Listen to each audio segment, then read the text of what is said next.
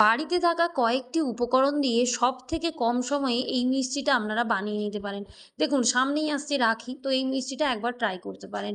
তো আমি ১ম এ দুধ নিয়েছি, দুধটাকে আমি ছানা করে নিয়েছিলাম। এটা আপনারা বাড়ির তৈরি দুধেও করতে পারেন বা দোকান থেকে ফুল ফ্যাট মিল্ক কিনেও করতে পারেন। তো ছানাটাকে ভালো করে হাতের সাহায্যে মেখে মসৃণ করে নেব, যেন একটাও দানা না থাকে। তারপর একটা শুকনো কড়াইতে ছানাটাকে ৫-৭ মিনিটের জন্য একটু নেড়ে-চেড়ে নেব।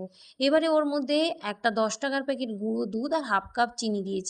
ছানার পরিমাণ অনুযায়ী আপনারা গুঁড়ো দুধ আর চিনিটা দেবেন।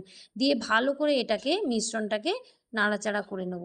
যখন দেখবেন এইরকম ঘন হয়ে আসবে তখন ১ চামচ ঘি দিয়ে মিশ্রণটাকে আরেকটু তৈরি করে নেব।